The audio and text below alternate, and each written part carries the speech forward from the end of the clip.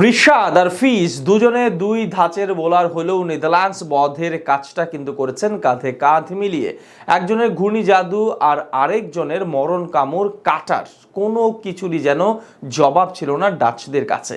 Bat হাতে সাকিব দুর্দান্ত এক অর্ধশতক করলেও মূলত এই দুজনের কাছে হারতে হয়েছে এডওয়ার্ডসের দলের। ফিজ রিশাদ জুটির বদৌলতে এবার সুপার 8-এর দৌড়ে এগিয়ে গেল টাইগাররা। দুজনের পারফরম্যান্সের বিস্তারিত থাকছে রিপোর্টে। টাইগার ক্রিকেটে এতদিন অভাব ছিল শুধু একজন প্রপার লেগ স্পিনারের, আর সেই অভাবটা পরিপূর্ণ করেছেন লেগ স্পিনার রিশাদ হোসেন। জাতীয় দলের সার্কেলে বেশ কিছু সময় ধরে থাকা রিশাদ সুযোগ পাননি লাল সবুজের জার্সি পরে খেলার, অথচ তার হাইট, তার বোলিং সবকিছু যেন আভাস দিয়েছিল বিশ্বমানের বোলার হবার। অনেকের চোখে তো তাকে ধরা হতো অনিল কুম্বলের মতো প্রতিভাবান। কিন্তু বাংলাদেশের ক্রিকেটে যে লেগ স্পিনারের সেই চলটা আর নেই।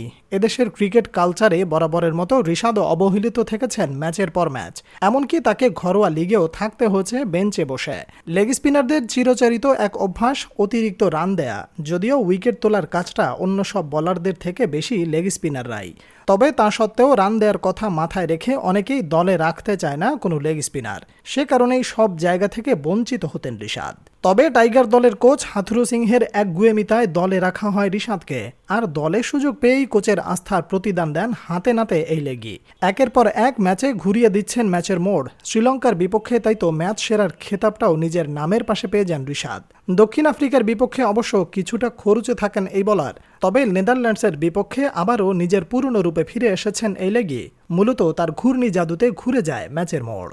অ্যাঙ্গেল ব্রেখট ও স্কোয়াট অ্যাডওয়ার যখন টাইগারদের ঘাড়ে নিঃশ্বাস ফেলছিলেন, তখনই ডাচদের উপর ঝড় বয়ে আনেন রিশাদ।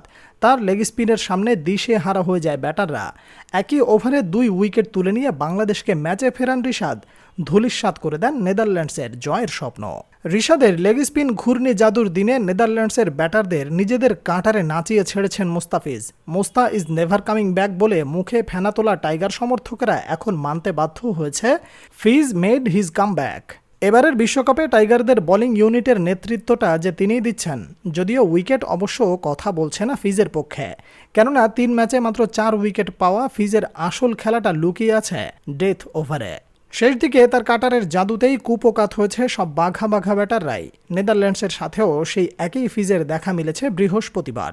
দল যখন ঘোর বিপদের মুখে, তখন ফিজ নেদারল্যান্ডসের অধিনায়কের উইকেট তো তুলে নিয়েছেনই, সাথে আবার পরবর্তী 5 বল করেছেন ডট। রিশাদ আর ফিজের এই জুটি মূলত ম্যাচে নিয়ে এসেছে বাংলাদেশকে। একদিক দিয়ে রিশাদ নিয়েছেন উইকেটের ফুলছুরি, অন্য দিক দিয়ে ফিজ একের পর এক পরাস্ত করেছেন প্রতিপক্ষের ব্যাটারকে। ম্যাচ সেরা সাকিব তো বলেই বসেছেন নেদারল্যান্ডসের কাছ থেকে ম্যাচটা কেড়ে নিয়েছে রিশাদ আর মুস্তাফিজ।